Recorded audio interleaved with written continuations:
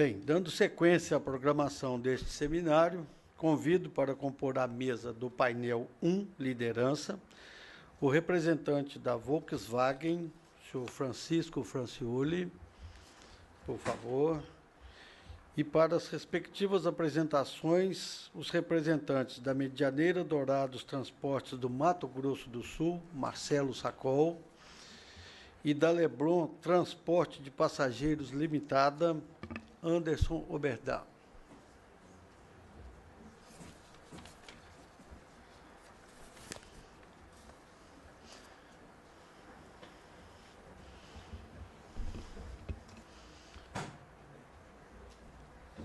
Francisco, a palavra.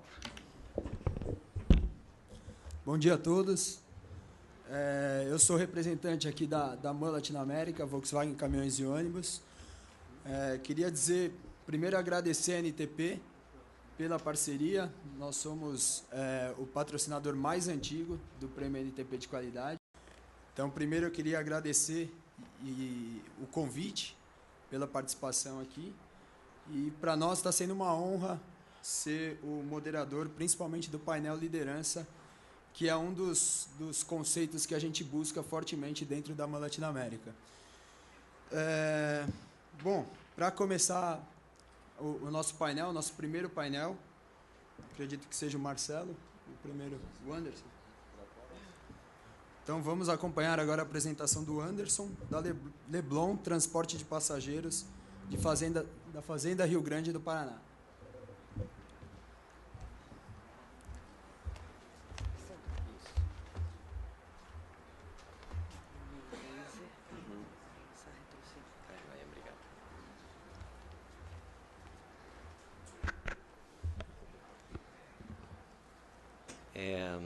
Eu gostaria de desejar um bom dia a todos vocês. Eu trago diretamente lá de Curitiba, especialmente aos cariocas, um abraço fraterno do Imperador Adriano, que após 2 anos parado essa noite, não sei se todos sabem, jogou 93 minutos e não conseguiu levar o meu Atlético Paranaense para a final do campeonato. Mas isso é outra história. Pois bem, eu quero agradecer a Denise, agradecer a NTP por mais esse convite, poder estar representando e apresentando algumas práticas da Leblon Transporte, a empresa situada na região metropolitana de Curitiba, que opera o Sistema Integrado de Transporte de Curitiba. Enfim, eu vou falar um pouco sobre liderança, talvez seja um dos critérios mais difíceis de alguém que não é diretor, proprietário, sócio da empresa, em estar falando, porque envolve diretamente as ações, assim como o Lelis falou mais cedo, as ações daquelas pessoas que estão na frente da empresa. Porém, eu dividi em alguns tópicos, quem somos nós, vou falar um pouquinho sobre governança corporativa dentro da Leblon, rapidamente sobre o exercício da liderança e também de que maneira é analisado o desempenho e como que essa análise permite aos líderes tomar as decisões dentro da empresa. Deixa eu começar falando no quem somos, quem sou eu, né? Então, eu não sou proprietário, não sou parente, não sou filho, mas ouço com muita gratidão o proprietário da empresa dizendo que eu sou um patrimônio da empresa. Então, eu trabalhei lá por 12 anos, né, do ano 2000 até o ano de 2012. Hoje em dia eu presto serviço não só para a Leblon, mas também para outras empresas dentro da RIT, dentro da Rede Integrada de Transporte de Curitiba. E recebi, como o Haroldo, que é o diretor da empresa, não poderia estar aqui, recebi o convite para estar representando ele. Eu acho que isso é uma confiança muito grande que ele tem em mim, poder estar falando em nome da empresa dele. Enfim, enquanto desses 12 anos dentro da empresa, eu coordenei a área de tecnologia da informação, que é a minha área, a minha graduação. Depois, coordenei a área de qualidade, meio ambiente, saúde e segurança, onde eu comecei o envolvimento com a NTP já há 11 anos atrás. E, por último, atuei um pouco na área da administração. Eu sou membro da Comissão de Qualidade e Produtividade da NTP, também aprendo muito lá com o João Batista, todos os nossos colegas. E, hoje em dia eu sou especialista em gestão de informações e especialista em gestão de processos. Então, vamos lá. Vamos começar a falar um pouco sobre liderança. Eu escolhi algumas frases, pensei algumas frases para dar um destaque. de que liderar é uma escolha pessoal, não é uma decisão organizacional. Isso está muito relacionado às atitudes que a empresa toma dentro, quando ela define as pessoas de caráter ou de papel de liderança. Enfim, eu já ouvi histórias do tipo, poxa, hoje em dia não é mais moda ter gerente dentro da empresa, mas sim ter líderes. Como é que faz? Dá um telefonema no RH e diz, onde está escrito aí gerente, escreve líder. Problema resolvido. Ou seja, a partir desse momento nós temos líderes dentro da empresa. E não é bem assim, acho que todo mundo sabe que não é bem assim que funciona. Lá na Leblon, a estrutura dela enfim, continuando falando sobre quem é a Leblon, é uma empresa paranaense de transporte coletivo metropolitano. Então ela faz parte de um grupo de 3 empresas, mais tarde eu vou estar falando de outra empresa desse grupo, que é a Aviação Nobel. Então são 3 empresas, a Leblon é metropolitana, a Aviação Nobel é urbana, e existe uma empresa também, um braço de fretamento e turismo. É uma empresa de origem familiar, começou em 1969, mais ou menos, com o pai do atual diretor, baseado em fundamentos cristãos. Ele pede sempre que isso seja destacado, porque, principalmente quando você fala sobre liderança, você fala sobre código de conduta, código de ética, muitas empresas colocam isso no papel, e lá é muito simples. Lá as palavras do diretor são as seguintes, quase todo mundo tem o código de conduta da empresa dentro da sua casa, mesmo que a empresa não forneça para ela. E o diretor também tem esse código de conduta em cima da mesa dele, todo dia ele faz a sua leitura, enfim, para fortalecer esses fundamentos, que são os fundamentos cristãos. E, segundo ele, o código de conduta dele, da empresa, dos funcionários, está descrito na Bíblia. É uma empresa de mais ou menos 60 veículos, que percorre mais ou menos 420 mil quilômetros por mês. É uma empresa que faz um corredor, entre aspas, Fazenda Rio Grande e Curitiba. A Fazenda Rio Grande está ao sul de Curitiba, é a primeira cidade, saindo de Curitiba em direção a Porto Alegre, é a primeira cidade, já está virando quase um bairro de Curitiba. Existe um corredor que é a BR-116, onde lá 95% da frota trafega por esse corredor, por dentro desse corredor. Entre idas e vindas, transporta em média 1 milhão de passageiros por mês. A Fazenda Rio Grande é uma cidade ainda muito dormitório. Já foi 4 anos seguidos a cidade que mais cresceu proporcionalmente em população no Brasil. Então, a cidade que em 8 anos pulou de 10 mil para quase 100 mil habitantes, em pouco mais de 8 anos, em 10, 12 anos, enfim. Então, assim, todo tipo de problema existia nessa cidade estrutural, enfim, era uma cidade 100% dormitório. E o transporte precisou evoluir muito rápido dentro da cidade, porque era uma demanda muito crescente. Todo dia tinha mais passageiro para ser transportado.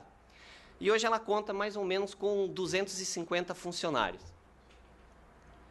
Essa é uma foto aérea da infraestrutura da empresa. Eu sei que é legal incluir fotos na apresentação, mas para falar de liderança, foto fica meio complicado, então eu não deixei de colocar essa. Bom, ainda sobre a figura do líder dentro da empresa, destacando que liderança é ação, liderança não é posição, ou seja, não basta dizer que é bom fazer, não basta dizer o que é para fazer, não basta determinar o que deve ser feito. É preciso fazer. Né? Enquanto isso não for feito, a liderança em si ela não é colocada em prática, e essa é uma visão que nós temos lá. Então, começando a estruturar a governança corporativa dentro da Leblon, eu vou falar um pouquinho rapidamente dos princípios e dos valores e da estrutura de tomada de decisão, como é que ela acontece. Amor é uma palavra muito bonita e para ser incluído no tópico de liderança, mas ainda dá um certo destaque, mas amor é uma palavra muito genérica, ainda mais dentro da empresa. O que é amor dentro da empresa? Então, lá, os proprietários, os sócios definiram o seguinte, um dos nossos valores é o amor, mas como é que esse amor é colocado em prática no dia a dia? Como é que ele chega lá fora no passageiro, que é quem vai ser atingido por esse princípio? Enfim, é ser paciente. Você sabe que o motorista, cobrador, enfim, está trabalhando com gente o dia inteiro, nem todo mundo acorda com o pé direito, muitas vezes o cobrador, o motorista é o psicólogo matinal dele, ele quer descontar aquilo em alguém para ele se sentir bem o resto do dia. Então, é pregado muito essa questão de seja paciente, seja bondoso na medida do possível, não maltrate, não se alegre com a injustiça. E aqui eu queria destacar, lá dentro da empresa não se prega que você seja justo, mas sim que você não se alegre com a injustiça, porque não basta você ser justo, ver uma injustiça e não fazer nada. Então, é isso que se prega dentro da empresa. Você não pode se acomodar quando você percebe que está acontecendo algum tipo de injustiça. A visão da excelência. Então, existe uma estrutura mais ou menos hierárquica dentro da empresa para a tomada de decisão, para ações, que é o seguinte, vamos fazer, antes de mais nada, o necessário. né? Aquilo que faz com que a empresa realmente aconteça. A partir de então, busca-se o ideal, ou seja, temos o necessário feito, vamos agora aprimorar o ideal. E lá todo dia bate-se nessa tecla. Gente, vamos fazer além do ideal. Ah, mas o que é o além do ideal? Não sei. Busque, pesquise, procure, corra atrás, estimulado isso nas pessoas. Busquem fazer além do ideal com dignidade e nobreza, né? Ou seja, não interessa os fins, interessa também os meios. A questão da integridade relacionada à honestidade, à retidão, aí sim, a ser justo, e a simplicidade, talvez é um dos pontos, um dos valores, um dos princípios que a direção mais foca. Não compliquem aquilo que pode ser simplificado, principalmente quando você muitas vezes tenta demonstrar o valor daquilo que está sendo feito. Nossa, eu faço 1001 peripécias para chegar num resultado que muitas vezes de uma maneira muito simples você também chegaria. Então não complique demais. É uma estrutura, eu não trouxe aqui o organograma da empresa, mas é uma estrutura hierárquica. É um redondograma, né? Não é um organograma, é um redondograma. A figura é um círculo onde a direção está no meio. Existem 2 níveis hierárquicos, a coordenação e as operações. Então, é muito simples. É uma empresa que não tem uma estrutura muito grande, então você tem um canal direto com a liderança está sempre disponível. E aí, na questão da estrutura da tomada de decisão. Eu fiquei por mais de uma década dentro da Leblon e eu achava que toda empresa funcionava igual a Leblon, né? Então, é uma empresa que segue muito essa visão da excelência, da busca pela excelência, de você tomar atitudes procedimentadas, enfim. E aí, já nos últimos 2 anos, quando eu atuo em outras empresas, eu levei um choque. Falei, poxa vida, tem empresa que nem reunião faz. Como é que essas pessoas definem o que deve ser feito? Como é que elas têm acesso aos valores e aos princípios da empresa e conseguem demonstrar diariamente ou nas suas decisões como que isso é colocado em prática? Então, esse é um ponto que eu queria destacar, que é essa estrutura de 4 reuniões. Eu li essa semana ainda que os CEOs das grandes empresas passam quase mais de 80% do seu tempo dentro de uma sala de reunião, participando de reuniões. E aí existia lá um desafio de tornar a reunião prática, tornar a reunião objetiva, não passar uma tarde inteira lá debatendo. Afinal de contas, os primeiros 45 minutos são aproveitados, os demais você já não... A tua visão é sair de dentro dessa sala. Por isso existe essa estrutura. Então, existe uma reunião societária, que eu nunca participei, mas eu imagino que é um almoço de família, porque é uma empresa familiar, onde durante a sobremesa são apresentados os números, os valores, se deu lucro, se deu prejuízo, e debate-se a questão da atualização da visão e dos objetivos da empresa. Existe uma reunião que nós chamamos lá de reunião operacional, que é uma reunião onde cada uma das áreas presta conta para a diretoria da empresa do que aconteceu durante os últimos 30 dias. Essa reunião ela tem uma estrutura pré-definida para que ela seja bastante objetiva. Então, são tratados 4 tópicos que são alicerce dos resultados dentro da organização: mão de obra, método, ambiente e procedimento, máquinas e materiais, enfim. Cada coordenador, cada gerente, coordenador, inicia a reunião falando sobre isso, ou seja, eu tenho uma infraestrutura de pessoas, de métodos e de materiais que me permitem alcançar os resultados que vocês definiram nesses objetivos, nesse almoço de domingo.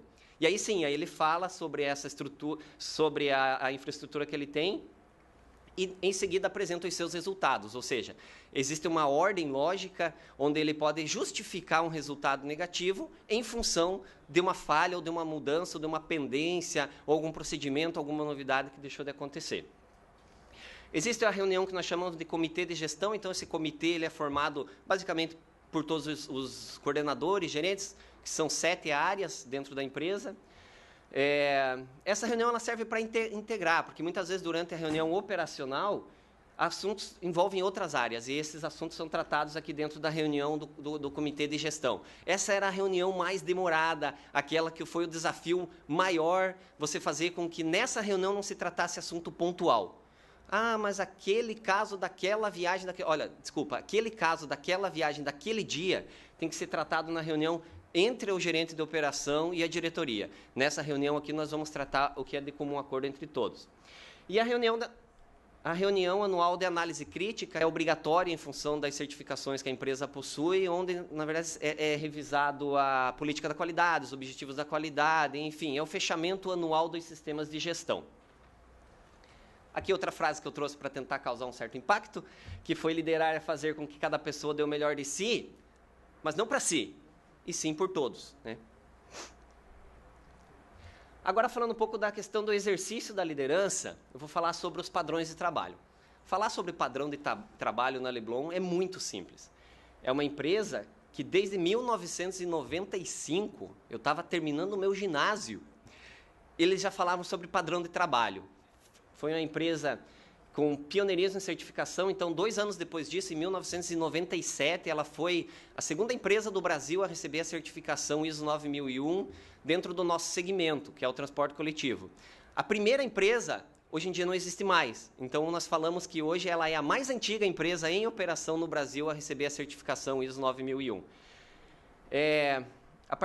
E isso aqui padronizando o quê? Padronizando os processos que resultam na qualidade que é esperada pelo cliente lá fora. Aí, em 2007, teve início a padronização dos processos de gestão ambiental, onde em 2008 houve essa certificação da ISO 14000. Nós tivemos a grata oportunidade de logo em seguida estar em Brasília, na Confederação Nacional do Transporte, apresentando o sistema de certificação, porque também foi uma das primeiras empresas de transporte coletivo a receber essa certificação. E foi legal porque hoje em dia eu sei que foi colocado em prática pela CNT e pelo SEBRAE um manual de boas práticas empresas de transporte em sistema de gestão ambiental. E eu sei que muita coisa que está escrito lá, nós tivemos o privilégio de contribuir na elaboração desse manual. E já em 2009, também teve início o processo de padronização dos processos de saúde e segurança no trabalho, que é a certificação OSAS 18000, também pioneirismo, enfim, padronizando. Eu gostaria de dizer, talvez é a pior, assim, a mais difícil de ser colocada em prática quando se fala em padrão de trabalho normatizado. A OSAS, sem dúvida, é complicada. E a que dá os melhores resultados, qual é? Foi a partir de 2003, quando a empresa aderiu aos critérios de qualidade da ANTP. É uma história interessante, porque naquela época a empresa já vinha de 6 anos de certificação ISO 9000. Não conhecíamos, confesso que não conhecíamos direito os critérios da ANTP, assinamos a adesão e logo em seguida, não, vamos participar. Poxa, nós temos qualidade, nós conseguimos ganhar esse prêmio facilmente. Das N inscritas, nós ficamos em penúltimo. Assim, conseguiu alguém ainda ter menos pontos que nós. Mas isso foi muito legal, porque caiu a ficha do tipo, pô, não se acomodem, vocês têm certificação ISO 9000, vocês são pioneiras, tudo bem. Mas os critérios da ANTP, eles propõem um passo a mais, algo além do que simplesmente padronizar o seu sistema de gestão com busca da qualidade. E aí sim, em 2005, participamos de novo da premiação.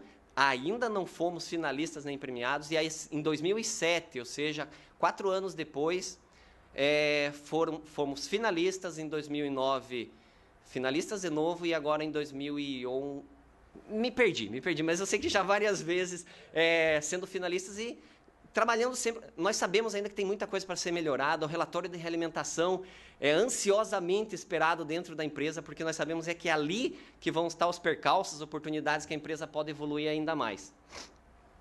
Enfim, e quanto aos padrões de trabalho, eu gostaria só de destacar 2 pontos.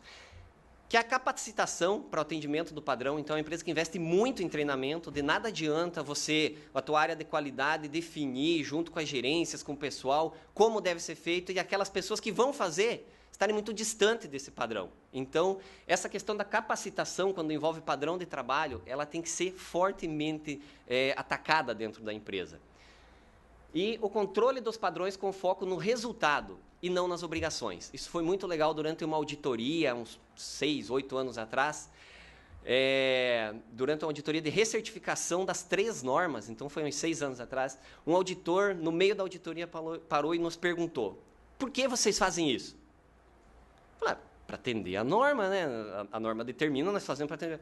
Não, se você faz algo única e exclusivamente para atender a norma, pare, reveja, não faça mais isso. Porque isso daí vai ser uma mera formalidade. Se isso aí não te der nenhum resultado prático, vocês entenderam errado a norma, vocês aplicaram errado o critério, de alguma maneira, alguma coisa errada vocês estão fazendo. Então, não façam nada por mera obrigação. Façam aquilo que traz resultado, que isso é muito mais duradouro dentro da empresa. E aí, quanto à melhoria no processo, enfim, existem, como eu falei, reuniões setoriais, departamentais, aí é a gosto de cada gerente. Não existe um cronograma dentro de cada área. Se ele quiser, ele pode fazer uma reunião todo dia com o seu pessoal. Para quê? Para desenvolver e colher informações relacionadas às melhorias. O controle das ações de melhoria, então isso é algo que dentro da empresa, por muitos anos, por 11 anos, esse controle foi totalmente informal. Até que nós percebemos que no dia que chegava um avaliador da NTP ou um auditor da ISO e nos perguntava, apresentem agora aqui as melhorias no processo no decorrer dos anos.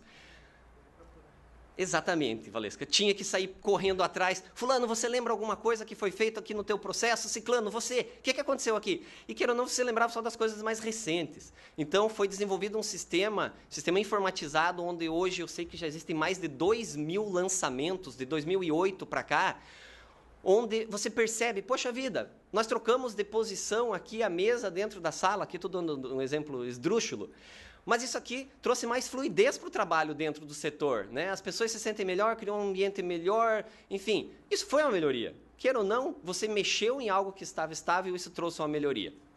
Então, esse controle das melhorias ajudou muito dentro da empresa.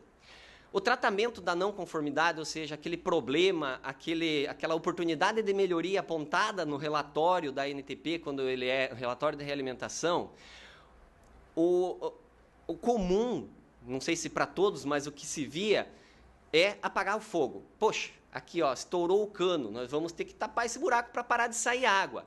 E a partir de um certo momento, nós tentamos implementar na cabeça de todo mundo dentro da empresa, gente, antes de mais nada, precisa ver se esse cano não vai estourar de novo daqui a um mês. Se for o caso, já vão trocar ele por inteiro. Não adianta tapar esse buraco aqui, porque amanhã depois vai dar um novo problema. Então, é agir na origem das não conformidades. É botar isso na cabeça das pessoas.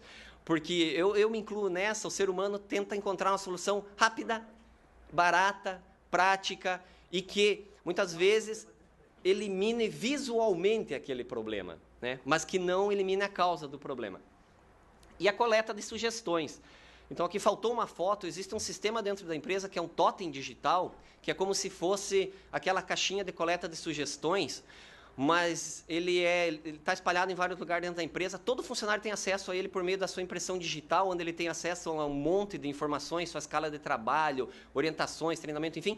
E ali ele tem um canal direto com qualquer um dos gerentes. Então, se o motorista precisa fazer uma reclamação para o gerente de manutenção ou de suprimentos almoxarifado, a partir desse painel digital ele consegue fazer isso e ele vai cair lá na caixa de e-mail do gerente, que depois responde ele por meio desse mesmo painel digital. A próxima vez que ele for acessar suas informações desse painel, vai estar lá dentro essa resposta.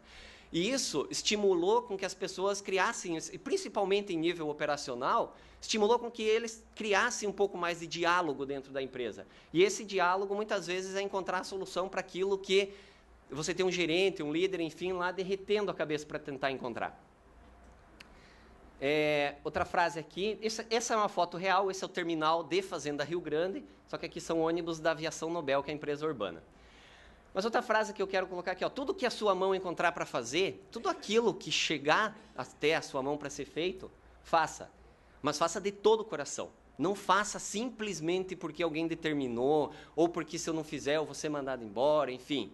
Encontre sentido e objetivo naquilo e faça. Principalmente se isso vir de pessoas que lideram você, que lideram a tua equipe, pessoas que queiram ou não alcançar aquele lugar lá porque tem capacidade para isso.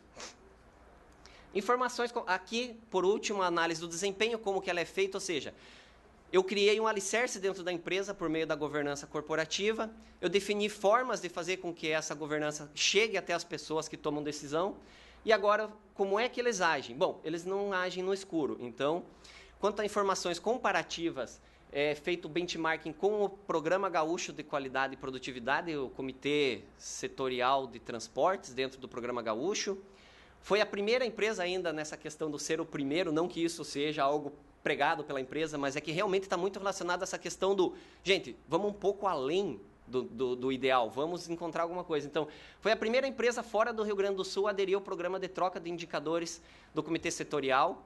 Então, existe uma troca regular de indicadores. Muitas vezes, uma certa dificuldade, porque o modelo de transporte em Curitiba, ele tem as suas particularidades e aí fica complicado você comparar laranja com maçã, enfim, mas muitas vezes isso nos faz até repensar a forma de avaliar os nossos resultados lá dentro da empresa. Esse é um trabalho que está sendo feito fortemente hoje, que é o trabalho que eu, particularmente, atuo direto, que é o benchmarking dentro da rede integrada de transporte de Curitiba. Então, Curitiba tem uma rede 100% integrada, não só a capital, mas praticamente todas as cidades da região metropolitana fazem parte desse sistema. Mas é um sistema que, por mais que no papel e na prática seja integrado, quando diz respeito à troca de informações, ele não é.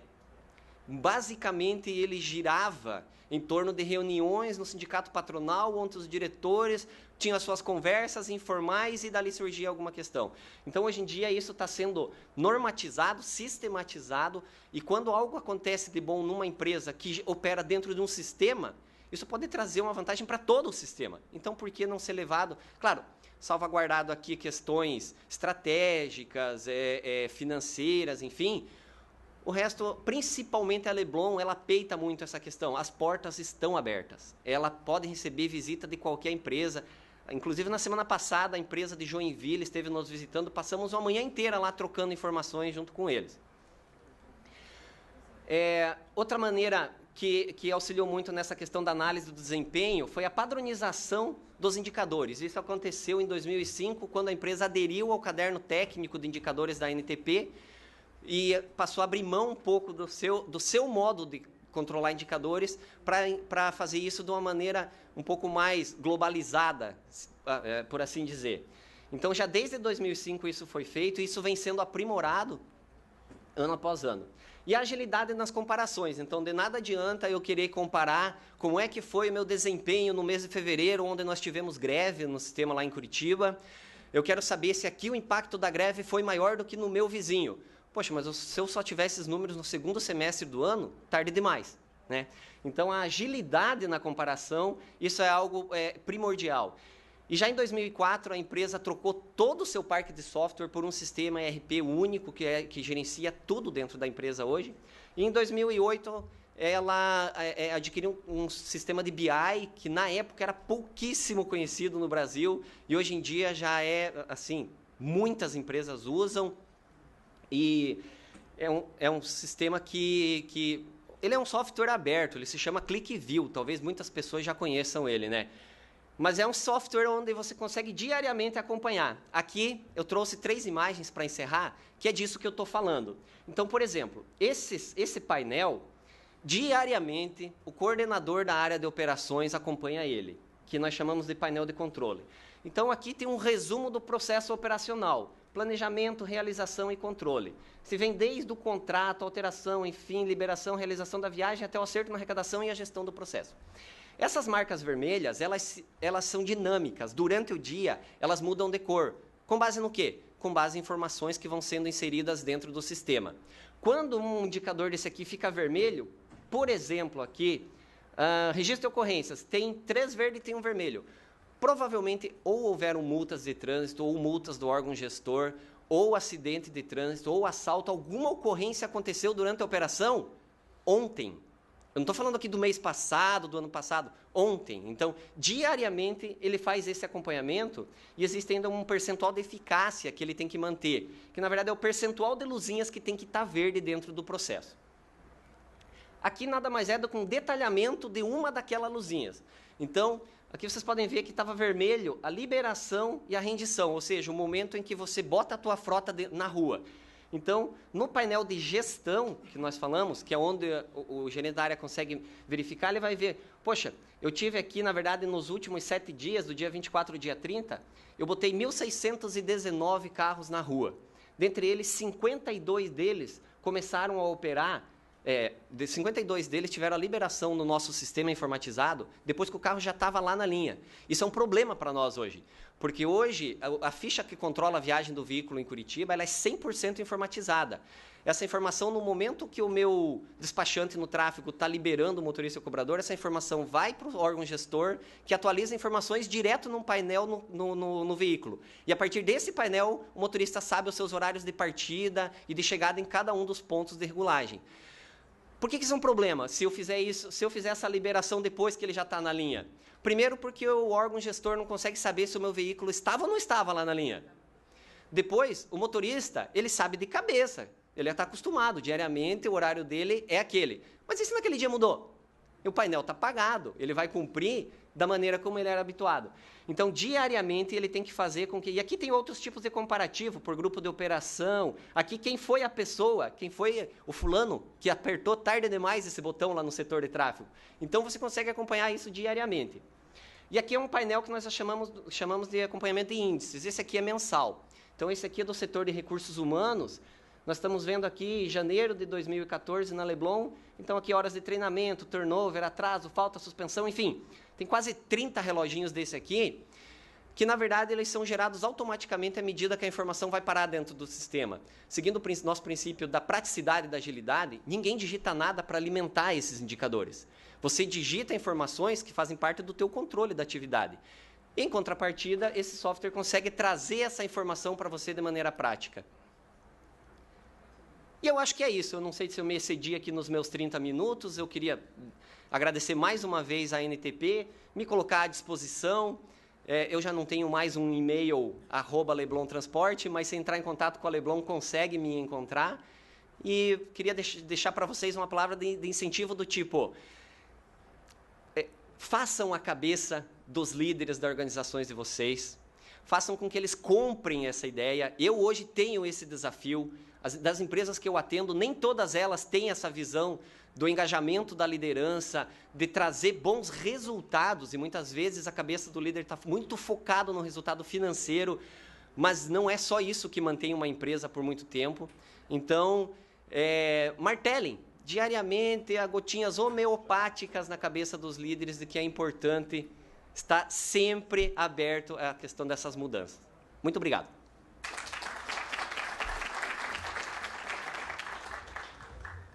Obrigado, Anderson. Parabéns pela apresentação. Antes de abrir para a sessão de perguntas destinadas ao Anderson, nós vamos acompanhar a apresentação do Marcelo, da Medianeira Dourados Transportes, de Dourados, Mato Grosso do Sul. E aí, depois da apresentação dele, a gente abre para a sessão de perguntas. Ok? Bom dia a todos. Para entrar na brincadeira, eu gostaria de agradecer aos paulistas, principalmente os de verde, por nos cederem o barcos, né? Porque ontem, após a janta, eu fiquei tão feliz quando cheguei no quarto do hotel que foi bastante alegre, né? Levou meu Grêmio a vitória fora de casa. Agradecer à NTP, né, as pessoas que estão aqui para nos ouvir, e agradecer muito, mas muito mesmo, o Anderson. É a segunda vez que nos colocam numa dobradinha de critérios, né, Anderson? E ele não sabe por que sempre eu empurro ele para ser o primeiro. Então, eu gostaria que já virasse norma dentro da NTP, quando isso acontecer, o Anderson sempre apresenta primeiro, porque o homem é um showman. A gestão de informação dele é perfeita. Tudo que foi visto aqui por vocês, que o Anderson mostrou da Leblon, nós lá somos muito parecidos, quase iguais. E ele mostrou para vocês a parte técnica da coisa, as ferramentas dos usos dos critérios através da liderança. E agora nós vamos dar o nosso depoimento um pouquinho diferente, para mostrar como começa isso tudo que ele mostrou para vocês ali. O pedestal ficou lá, né?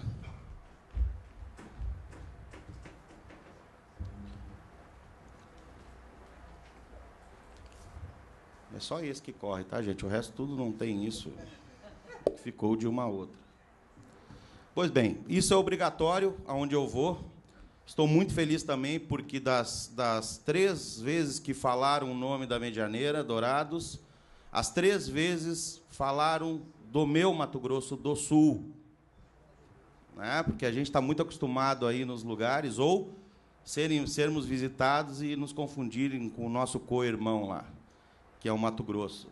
Então, eu tenho que levar esse mapinha para mostrar para vocês de onde a gente vem. Né? Nós ficamos na região sul do Mato Grosso do Sul. Dourados é uma cidade com pouco mais de 200 mil habitantes.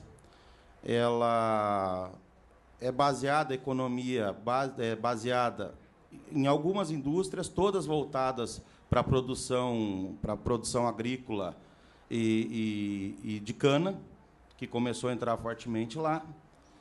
E é uma das melhores cidades, e a segunda hoje a segunda maior cidade do Mato Grosso do Sul. Né? Fica a 200 quilômetros de Campo Grande. E, já fazendo propaganda no meu estado, quando quiserem ir a Bonito, né? Que fica o Pantanal, por favor, daí podem nos visitar lá em Dourados. Eu já não peço para visitar Dourados, porque concorrer com Bonito é impossível. Um pouquinho do perfil do nosso sistema. Nós, casualmente, nos colocaram com a Leblon, e é importante até para comparações. Nós estamos no transporte coletivo urbano da cidade de Dourados. Nós trabalhamos com um sistema com 60 ônibus, 170 colaboradores, 300 mil quilômetros por mês, 650 mil clientes, 24 horas por dia, com um bilhete único desde 1995 e com 41% de gratuidade. Pois bem, eu ouvia o Leslie falando que o ano de 2013 foi um ano que marcou para o início de uma mudança. Nós tivemos isso lá em 2004, né, no qual nós chegamos a uma situação em que nós beirávamos os 65% de gratuidade no sistema. Nós tínhamos um IPK de 0,7 passageiros por quilômetro. As empresas estavam quebradas, o prefeito desesperado, e fazia muito pouco que o presidente Lula havia ido lá informar que nós fomos agraciados com uma universidade federal, né? Anunciando a criação da Universidade Federal da Grande Dourados.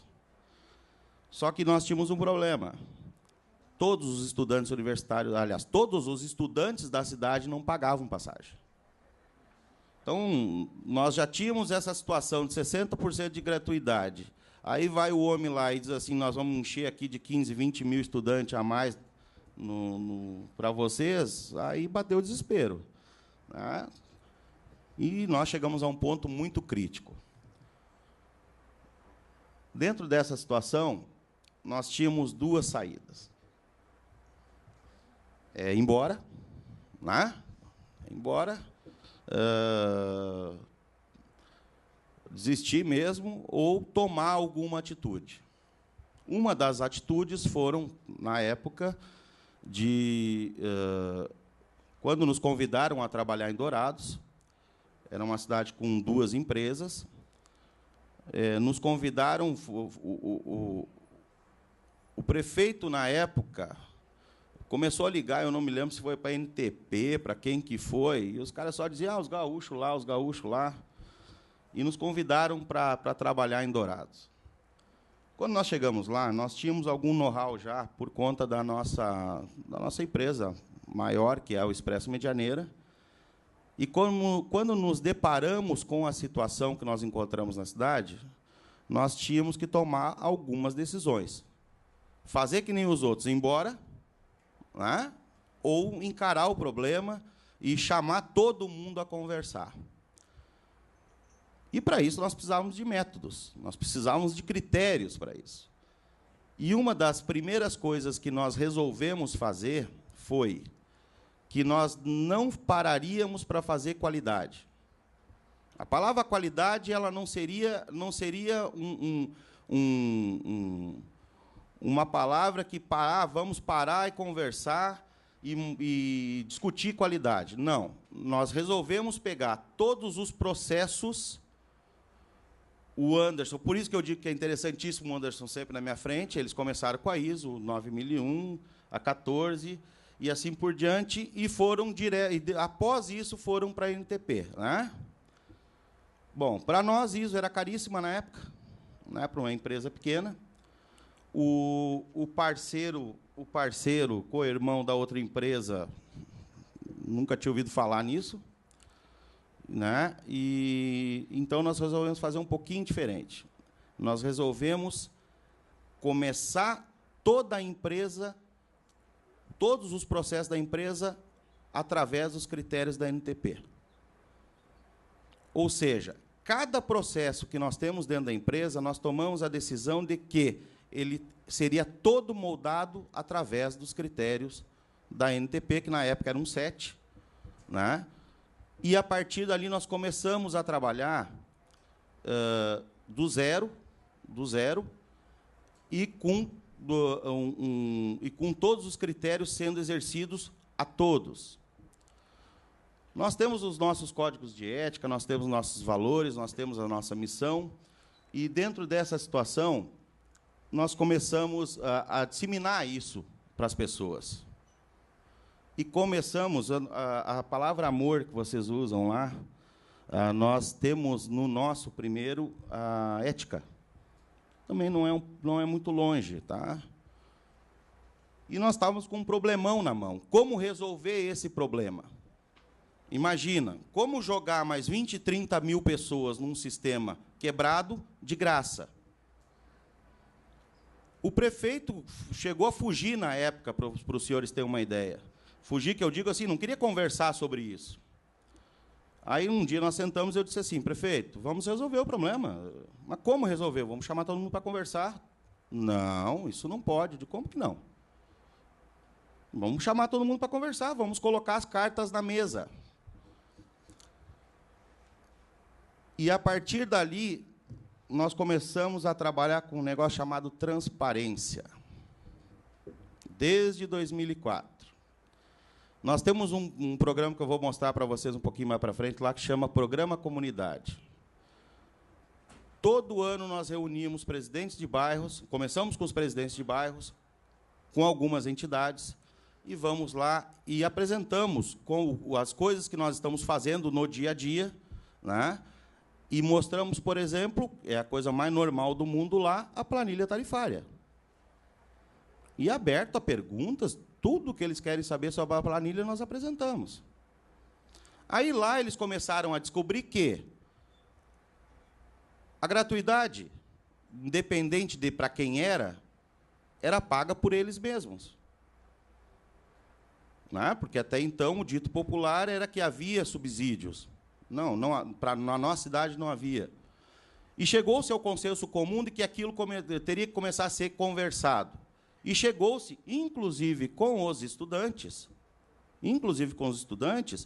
naquelas reuniões que nós fazíamos, eles entenderam a situação.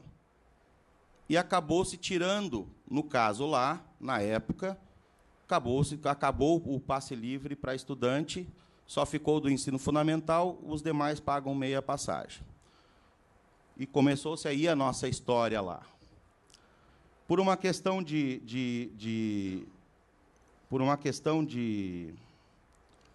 mercadológica,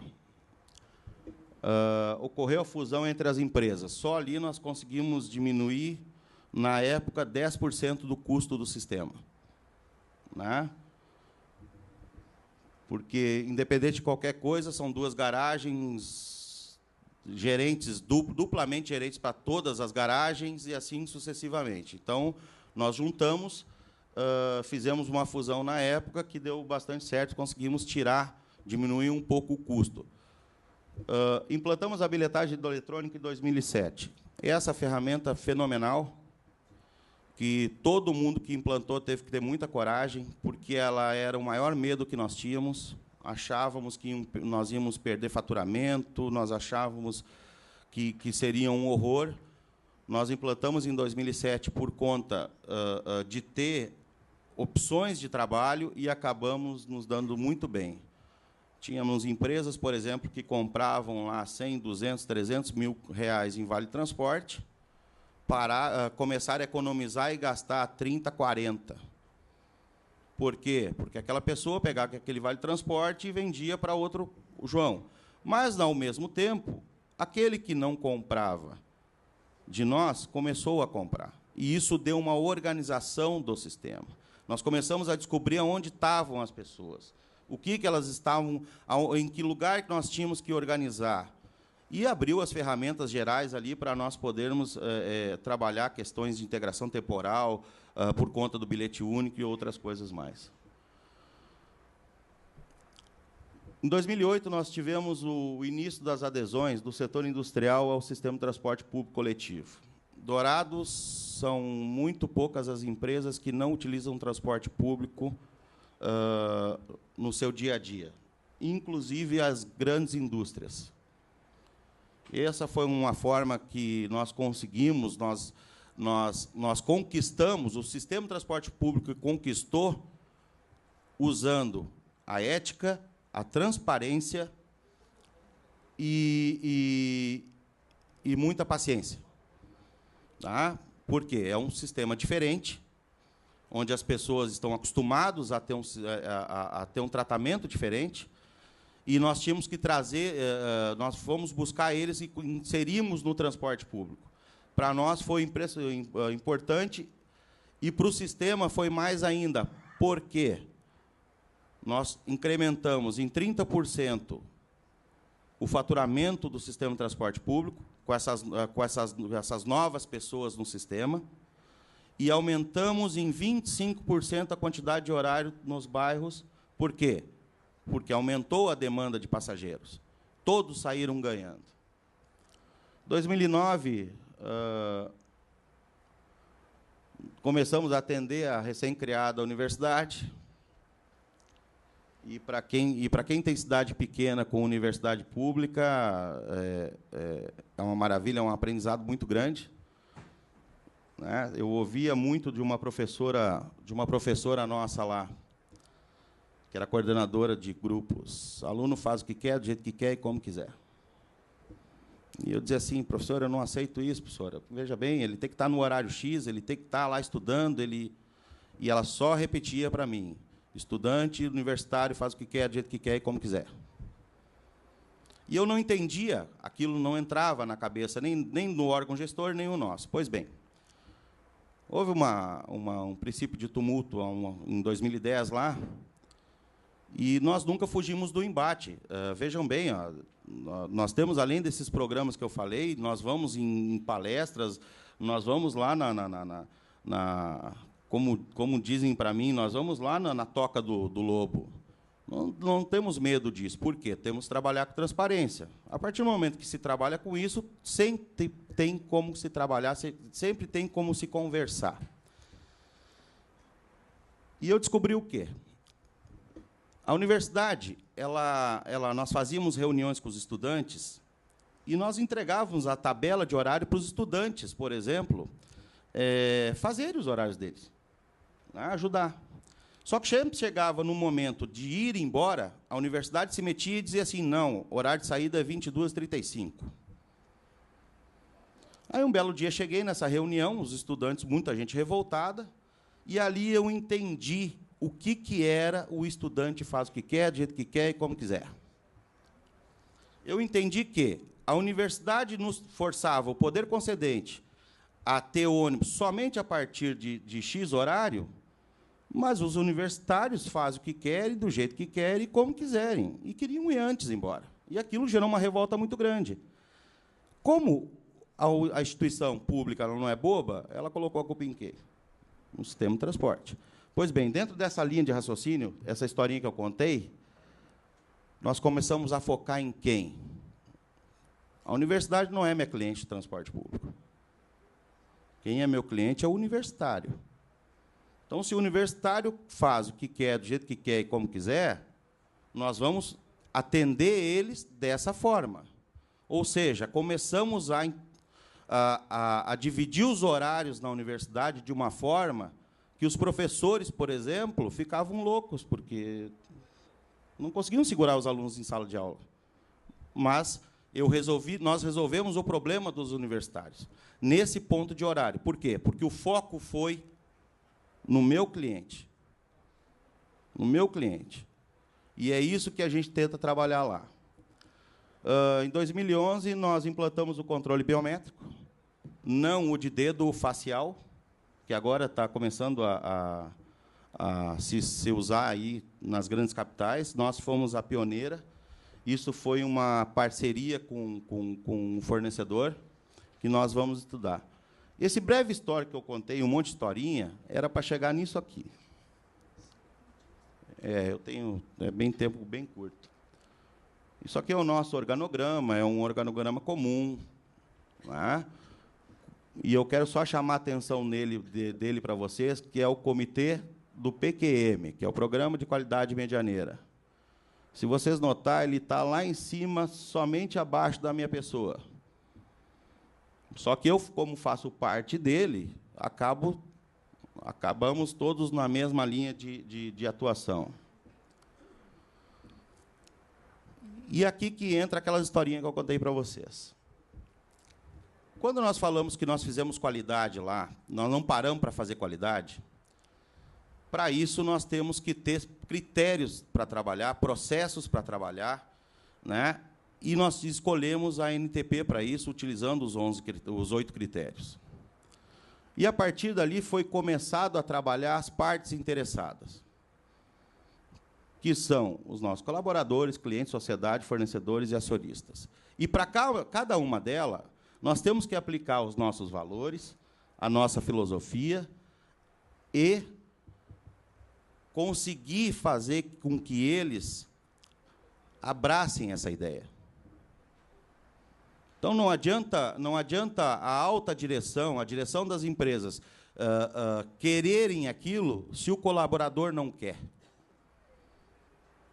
E dentro dessa linha de raciocínio, nós pensamos o quê? Que cada um dessas partes interessadas se tornassem nossos parceiros de negócio. Nossos parceiros de negócio. Então, por exemplo, para os nossos colaboradores, nós temos uma coisa básica, que é o código de ética, que é mais ou menos o quê? O combinado não dói. Tá? Então, o que é combinado não dói.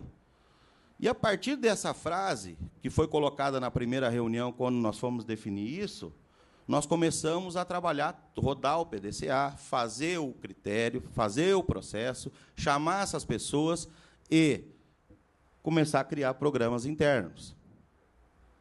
Então, por exemplo, eu quero só destacar, nós temos mais de 10 programas internos para os colaboradores, mas eu quero destacar um que chama IDECAL, que é um procedimento que a gente trabalha, que é um programa que a gente tem lá para identificação de líderes. Então, a partir do momento que você chamou a força de trabalho e disse para ela assim, olha, vamos ser parceira, não existe parceria de cima para baixo, né? Então, existe parceria na conversa. Então, o que a gente acabou fazendo? Nós temos que comprometer essa força de trabalho a atender o que nós combinamos. E nós começamos a escrever o código de ética, no qual eles colocaram, eles se comprometeram. Muitas das palavras ali usadas são deles, e o combinado não dói. Nós colocamos ela, treinamos ela, fazem reuniões com a psicóloga da empresa, e ela trabalha os pontos fortes e os pontos fracos. E ali eu começo a ter quem? Eu começo a ter um futuro gerente, um futuro assessor, um futuro diretor, né? E, só para vocês terem uma ideia, esse programa deu tão certo que, no começo, a gente tinha um monte de gaúcho trabalhando lá. Só sobrou eu. E agora começou, ganhei o título de cidadão sul-mato-grossense, então não sobrou gaúcho nenhum lá dentro. Todos os nossos colaboradores são gente de casa que começaram como cobrador, começaram como motoristas, lavadores, limpadores e... Oi? Você viu, né? Inclusive, estamos agora, já mudamos, agora nós estamos que nem Cuba, nós estamos começando a exportar mão de obra. Tá? Então, nós já tivemos 2 colaboradores nossos que foram agraciados aí com algumas promoções, e estão um hoje lá no Rio Grande do Sul, estão 2 hoje lá no Rio Grande do Sul. O Eduardo, que era o nosso coordenador da qualidade, ele está hoje em Santa Maria. Pois bem, dito isso, nós conseguimos fazer a força de trabalho, trabalhar conosco no que a gente imagina, no que a gente quer. Nós fomos para os nossos clientes. Gente, uma coisa que eu falo para vocês é o seguinte, em qualquer um dos critérios, quando há uma insatisfação, ouça ela. Nunca pense que aquilo é bobagem, porque não é. Às vezes, a reclamação é de algo que é comum. Aqui no Rio, lá em Dourados, em Londres, em Barcelona, na China, no Japão, e que a gente sabe do transporte público que dificilmente vai mudar. Mas as pessoas que estão reclamando daquela situação, e você sabe que não vai mudar, pelo menos merece uma boa explicação. Mas muito boa. Eu vi na hora do discurso do Ayrton aqui, o Ayrton falando das pessoas sentadas dentro do ônibus, e alguém atrás de mim disse assim, mas sentada, né? 17 mil anos, mas tudo sentada. Veja bem, quem sabe um dia nós chegamos com todos sentados dentro do ônibus, dentro do horário de pico. Só que primeiro, e quem está testando isso hoje, que a gente sabe, é Londres, tá? Primeiro, o usuário vai ter que marcar horário, que é uma coisa inusitada no transporte público. Então, vejam bem, são situações que a gente tem que ir trabalhando, mas nós jamais vamos poder deixar de falar isso para o usuário. Olha, não é possível por conta disso. É possível por conta daquilo. Vamos conversar. Hoje a norma é essa. E vejam bem, uma das práticas nossas com os clientes é o Código de Defesa do Consumidor. Então, isso aí é básico e no Código de Defesa a gente tem que cumprir, né? Existem deveres e direitos, e lá nós estamos nele. Programa Comunidade, como eu disse para vocês, ele começou bem fraquinho, chamava os presidentes de bairro, sentava, conversava, mostrava alguns números, o que vocês imaginam do transporte, me dá hoje a ideia e tal. E isso foi desenvolvendo através das melhorias. Hoje nós chegamos no quê? O programa Comunidade, na realidade, além dos presidentes de bairro, nós temos representantes de setoriais, por exemplo, dos deficientes, das pessoas com deficiência, dos idosos, das indústrias, dos estudantes, muito forte, tá? Tem gente que, antes de ir para a nossa reunião do programa Comunidade, faz uma reunião interna, ou no seu bairro, ou no seu segmento, e trazem o que querem, né? E lá sai muita coisa boa. A gente troca muita informação, muda-se algumas coisas. Esse programa não é só da Medianeira, isso o poder público faz parte, ele é convidado, ele está lá sempre junto, sempre mostrando que as coisas podem melhorar cada vez mais. Esse é o nosso carro-chefe hoje na parte de clientes.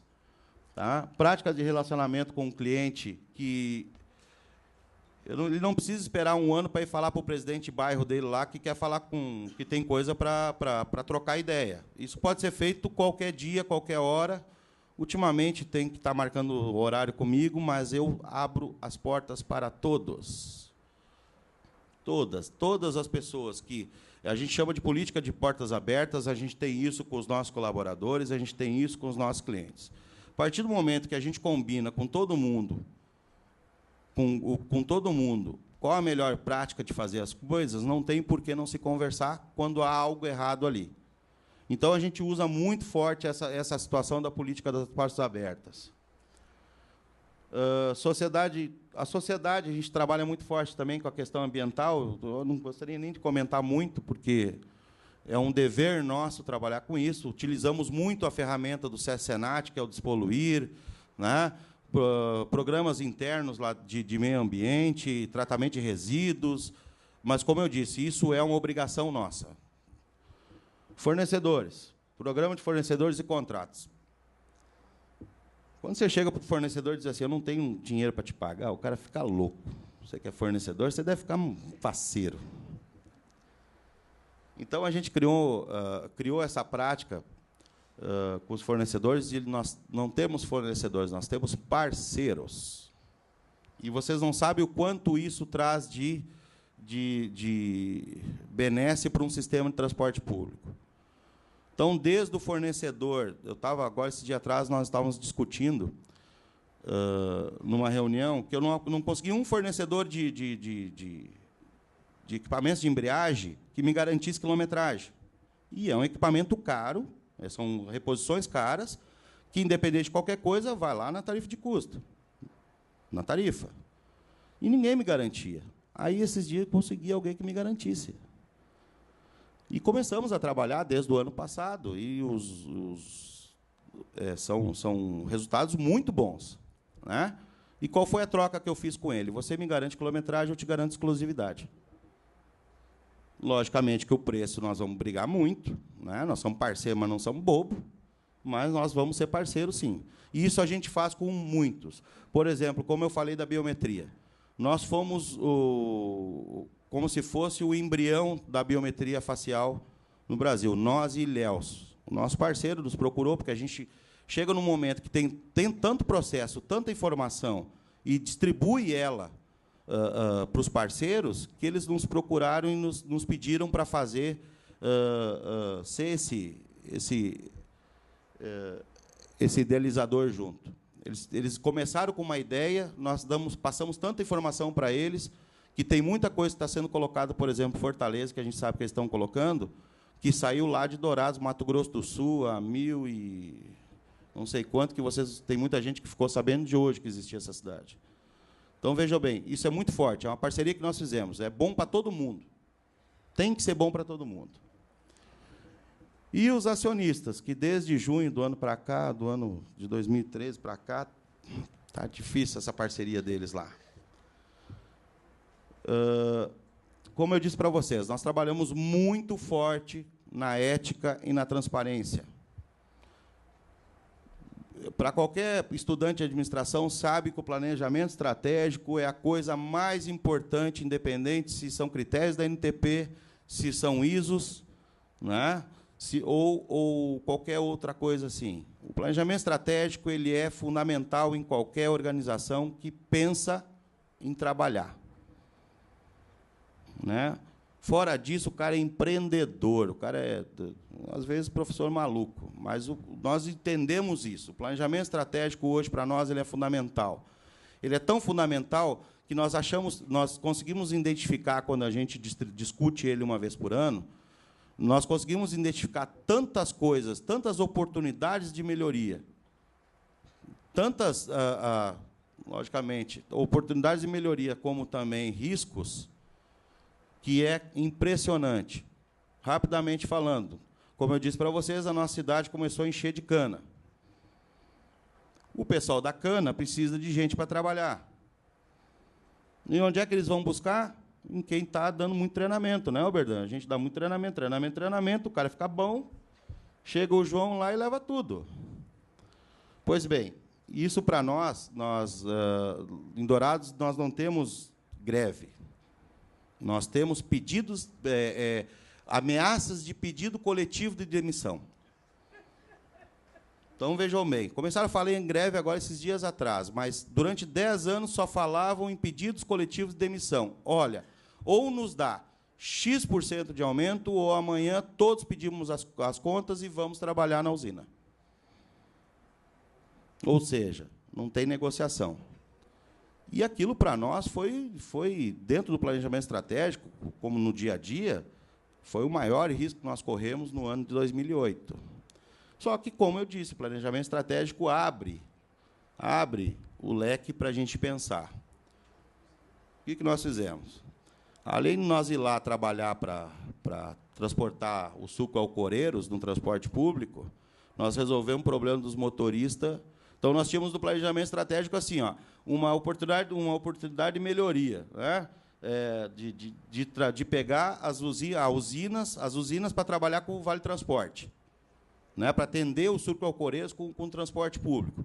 E nós tínhamos lá uma questão de risco, que era perder os nossos motoristas para eles. O que nós fizemos?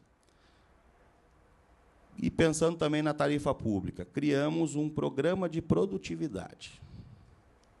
Então, você economiza para nós, nós dividimos com você. A nossa economia, que algumas pessoas sabem aqui, a economia da empresa acaba passando para a tarifa, e do trabalhador para o bolso dele. Nós conseguimos equalizar, com esse programa de produtividade, conseguimos equalizar o salário entre um e outro, amenizamos o risco e ganhamos a oportunidade de crescimento, que foi ter a primeira usina de álcool e açúcar do Brasil a trabalhar com o sistema de transporte público.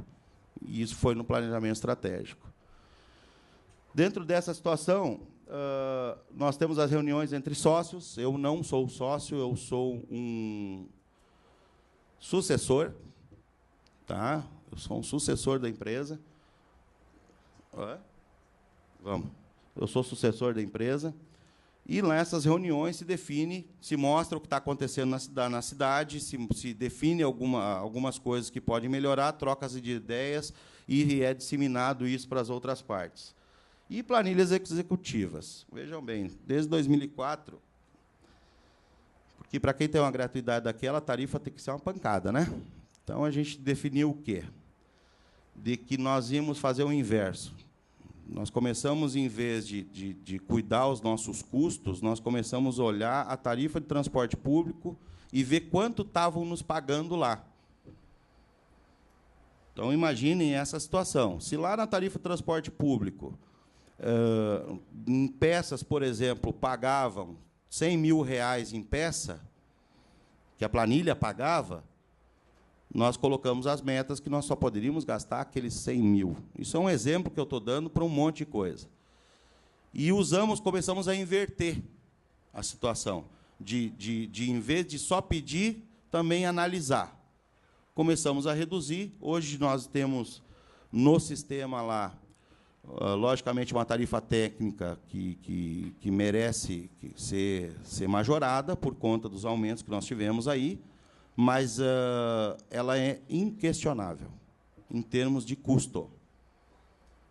Tá? Nós, em termos de números e custos, nós estamos muito bem organizados e somos muito competitivos nessa situação. Ou seja, nós temos hoje, no Mato Grosso do Sul, um dos litros de combustível mais caros do Brasil, tá?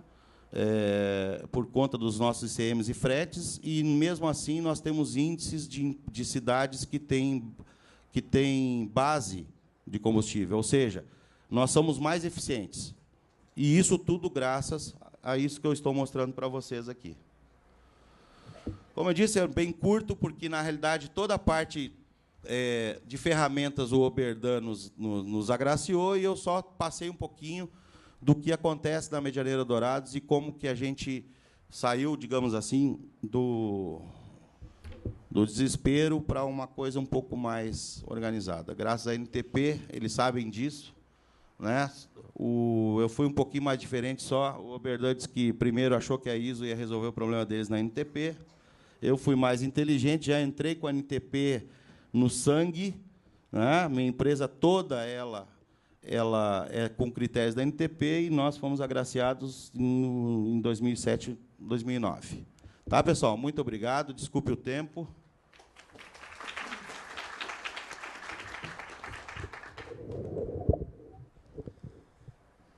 Bom, parabéns pela apresentação do Anderson e do Marcelo. Foram apresentações muito boas. Eu acho que foram caminhos trilhados de maneira diferente, porém sempre buscando o mesmo objetivo, né? Como nós estamos um pouquinho atrasados em relação à programação, a gente podia combinar de todas as perguntas, a gente não faz a sessão perguntas e respostas, e todas as perguntas que forem direcionadas ao Marcelo e ao Anderson podem ser escritas com e-mail e as respostas virão por e-mail.